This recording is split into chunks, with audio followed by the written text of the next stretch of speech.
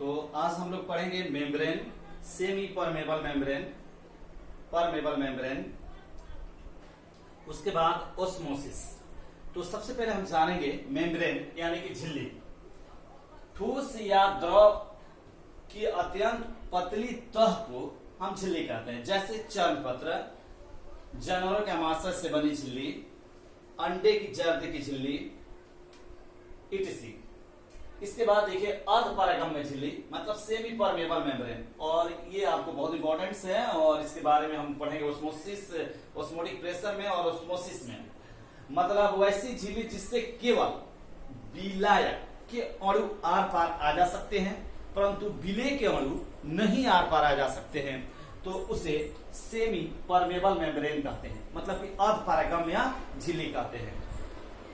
विलायक मतलब कि जो विलेय के अणु को विलवा देता है, जैसे जल विलायक है, अल्कोहल विलायक है, तो उसके अणु आर पार आ जा सकेंगे, परंतु विलेय के अणु आर पार नहीं आ जा सकेंगे, जैसे नमक, चीनी इत्यादि। इसके अणु नहीं आर पार जाएंगे।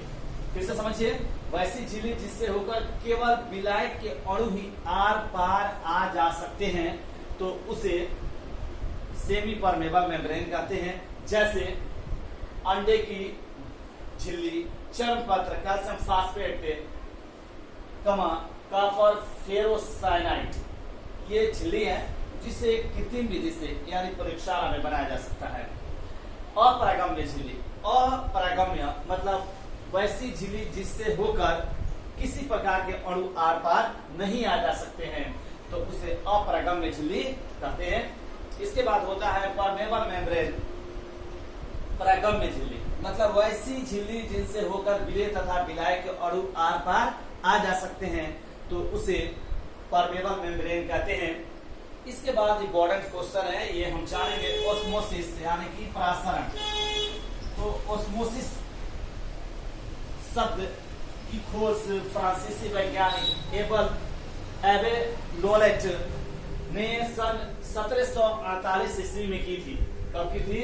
1748 ईस्वी में।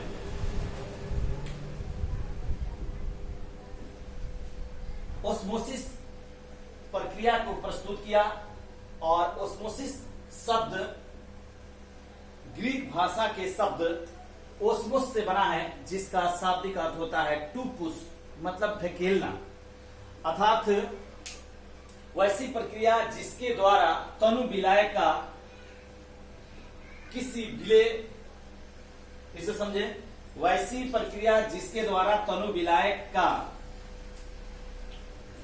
किससे मिलाएं? वैसी प्रक्रिया जिसके द्वारा तनु विलयन का विलायक किसी अर्धपरागम्य झिल्ली से स्वतः पार कर सांद्र विलयन में प्रसारित होता है, तो उसे ओस्मोसिस कहते हैं यानी कि परासरण कहते हैं। और ओस्मोसिस मुख्यतः दो प्रकार के होता है। पहला होता है एक्सोस्मोसिस और दूसरा होता है एंडोस्मोसिस। मतलब जब सील के अर्धपरागम्य झिल्ली से होकर विलायक के अणु बाहर कि वो स्वतः गमन करते हैं, तो उसे एक्सोस्मोसिस कहते हैं। जैसे एनएससीएल के सांद्र विलयन में अगर हम अंगूर को डालते हैं, तो देखिएगा अंगूर कुछ देर के बाद वो पचक जाता है, मतलब उसमें से जो जल है वो बाहर निकल के आ जाता है, और उस स्थिति में वह कुचक जाता है, जिसे हम बोलते हैं एक्सोस्मोसिस सिंपल भाषा में। दूसरा होता है एंडोस्मोसिस, मतलब हो गया अर्धपरागम्य झिल्ली से होकर विलायक के बाहर से सील के अंदर गमन की क्रिया को एंडोस्मोसिस कहते हैं। जैसे किशमिश, आप देखे होंगे किशमिश को जल में डालते हैं तो किशमिश क्या होता है? फूल जाता है। इसके अतिरिक्त पिस्ता बादाम या बादाम आप देखे होंगे, उसको पानी में डाल दीजिए और कुछ देर के बाद या कुछ घंटों के बाद हम देखेंगे तो क्या होता है कि वह फूल जाता है यानी बड़ा बड़ा हो जाता है। तो यह क्रिया किसके कारण होती है? मतलब एंडोस्मोसिस के कारण। तो ये नोट करें आप।